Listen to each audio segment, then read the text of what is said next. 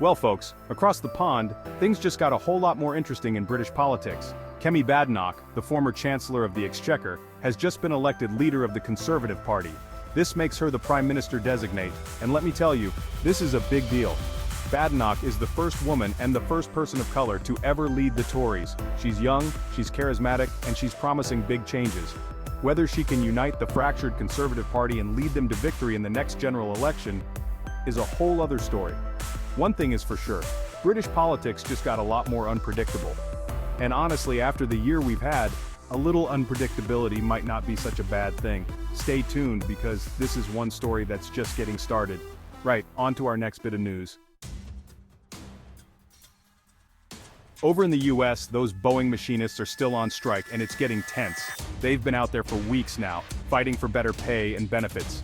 The company, meanwhile, is feeling the pressure. Every day that goes by without those planes being built is costing them a fortune. This week, the machinists are voting on a new contract offer from Boeing. If they vote yes, the strike is over, and everyone can go back to work. But if they vote no, this thing could drag on for weeks, even months, and that would be bad news for everyone, Boeing, the workers, and the entire economy. So yeah, a lot riding on this vote. It's like trying to choose between a root canal and a colonoscopy. Neither option is particularly appealing. Down in North Carolina, they're breaking records. No, not for barbecue consumption, sadly.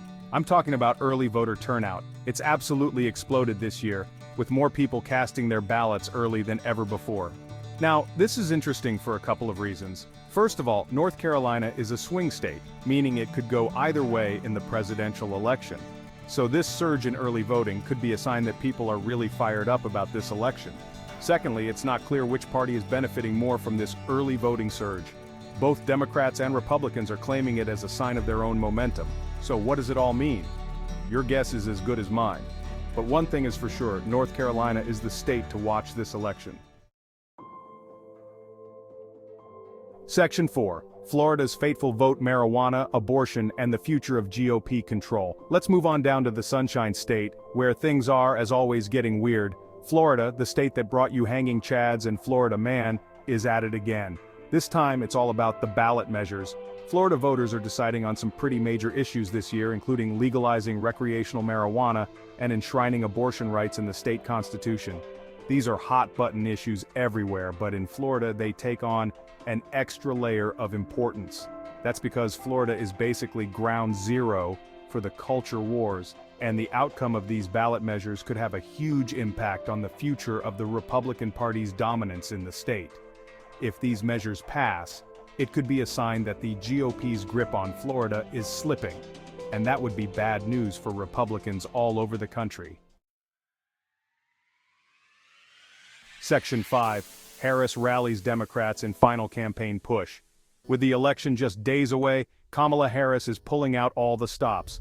The vice president has been crisscrossing the country, rallying Democratic voters and urging them to get out and vote.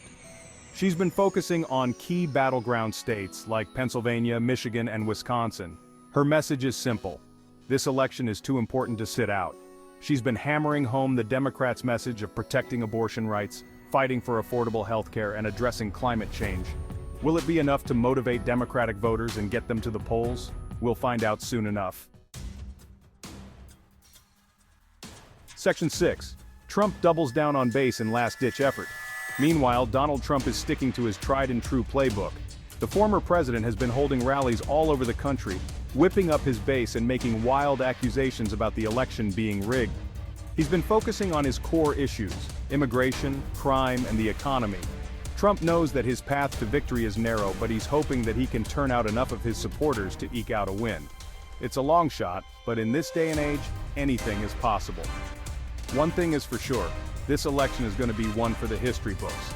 Buckle up, folks. It's going to be a bumpy ride.